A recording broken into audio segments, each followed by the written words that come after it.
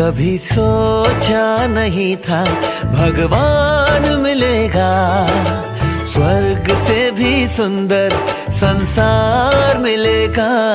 कभी सोचा नहीं था भगवान मिलेगा, स्वर्ग से भी सुंदर संसार मिलेगा। कभी सोचा नहीं था।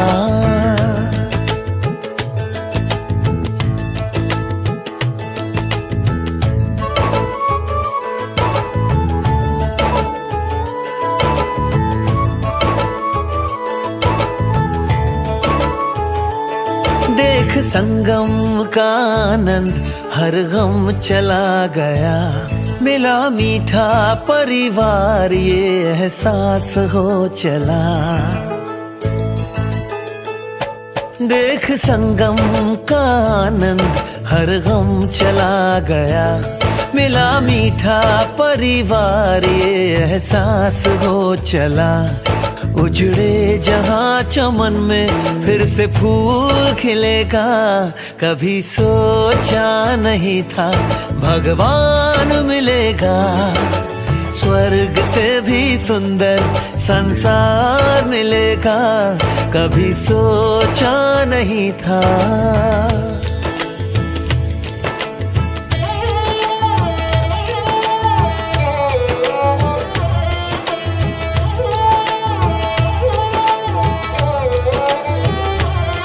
संसार जिसको ढूंढे मेरे साथ वो है रहता, हम उनको याद करते वो हमको याद करता।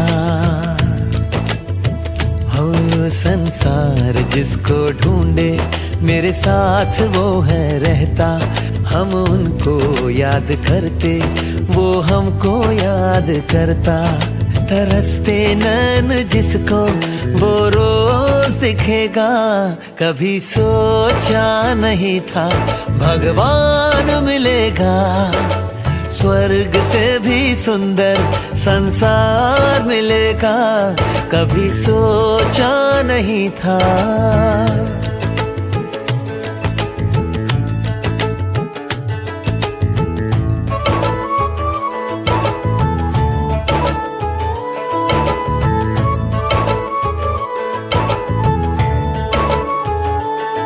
जिस दिन से उसने मुझको अपना बना लिया है, बच्चे तू चिंता मत कर मैं हूं ना कह दिया है। हो जिस दिन से उसने मुझको अपना बना लिया है, बच्चे तू चिंता मत कर मैं हूं ना कह दिया है। हो ज्योति बिंदु शिव मुझे साकार मिलेगा, कभी सोचा नहीं था भगवान मिलेगा, स्वर्ग से भी सुंदर संसार मिलेगा। कभी सोचा नहीं था।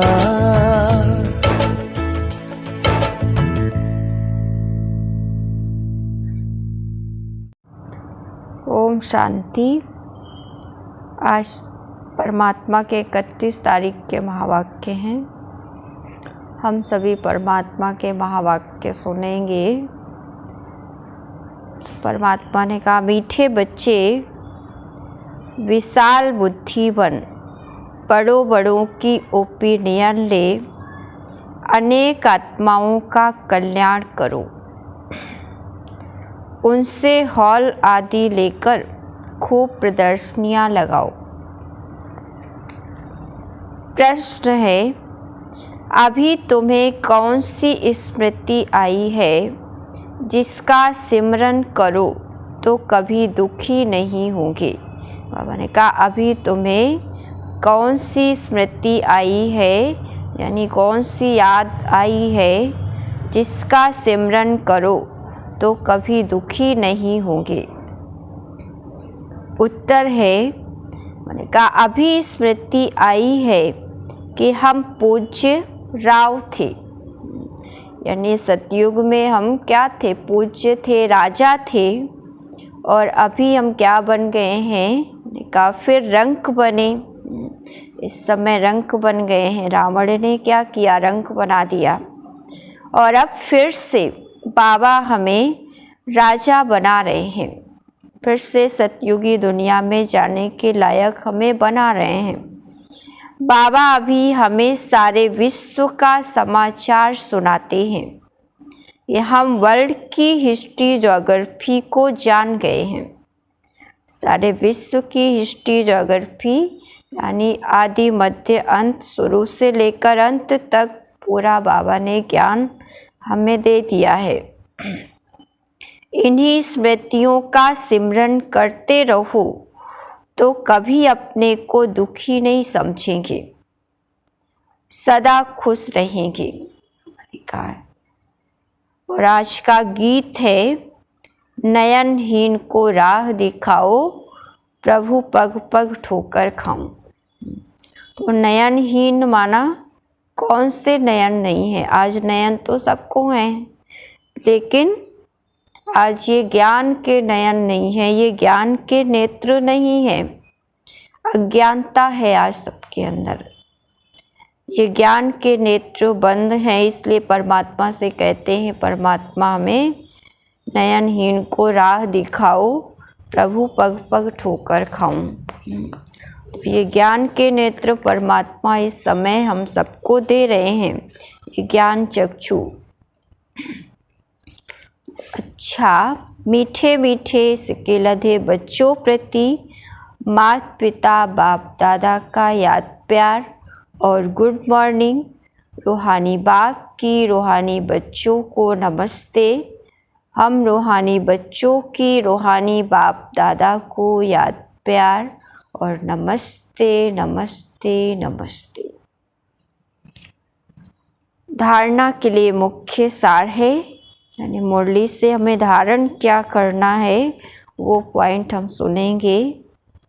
फर्स्ट पॉइंट है, बाप द्वारा मिली हुई नॉलेज का सिमरन कर अपार खुशी में रहना है। यानी का बाप द्वारा मिली हुई नॉलेज का सिमरन कर अपार खुशी में रहना है। यानी परमात्मा के द्वारा जो हमें नॉलेज मिल रही है, जो ज्ञान मिल रहा है, उसका सिमरन कर अपार खुशी में रहना है। विशाल बुद्धि बन जोर शोर से सर्विस करनी है। मैंने कहा जन जन तक परमात्मा का पैगाम देना है, सारे विश्व तक पहुंचाना है परमात्मा का संदेश। सेकेंड पॉइंट है, बाप द्वारा जो स्मृति मिली है उसे विस्मृति में नहीं लाना है। पवित्र रहने की जो बाप से प्रतिज्ञा की है उसे पूरा निभाना है। हमारे का वरदान है आज का, अपने भाग्य और भाग्य विधाता के गुण गाने वाले सदा प्रसन्न चित्त भव। मैंने कहा अपने भाग्य और भाग्य विधाता के गुण गाने वाले सदा प्रसन्न चित्त भव।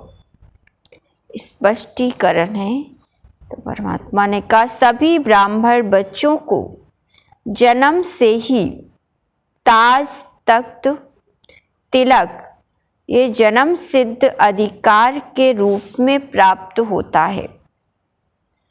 तो इस भाग्य के चमकते हुए सितारे को देखते हुए अपने भाग्य और भाग्य विधाता के गुण गाते रहो, तो गुण संपन्न बन जाएंगे। अपनी कमजोरियों के गुण नहीं गाओ। बाबा ने कहा अपने कमजोरियों के गुण नहीं गाओ, अपने भाग्य के गुण गाओ कि मैं सतयुग में क्या बनने वाला हूँ, ताज तख्त तिलक का अधिकारी बनने वाला हूँ। तो मैंने कहा अपनी कमजोरियों के गुण नहीं गाओ, भाग्य के गुण गाते रहो, प्रश्नों से पार रहो, तब सदा प्रसन्न चित्त रहने का वरदान प्राप्त होगा। फिर दूसरों को भी सहज ही प्रसन्न कर सकेंगे। यानी प्रसन्न रहेंगे तो दूसरों को भी प्रसन्न कर सकेंगे। स्लोगन है आज का, इकोनॉमी और इकोनॉमी से चलना ही ब्राह्मण जीवन में सफलता का आधार है। यानी एक परमात्मा की श्रीमत पर चलना और इकोनॉमी से चलना ही ब्राह्मण जीवन में सफलता का आधार है। यानी इकोनॉमी माना ऐसे संकल्पों की बचत करना, या यज्ञ में रहते हैं तो यज्ञ की संभाल करना, हर चीज़ की बचत करके चलना, तो मैंने कहा इकोनॉमी से चलना है। अच्छा, ओम शांति।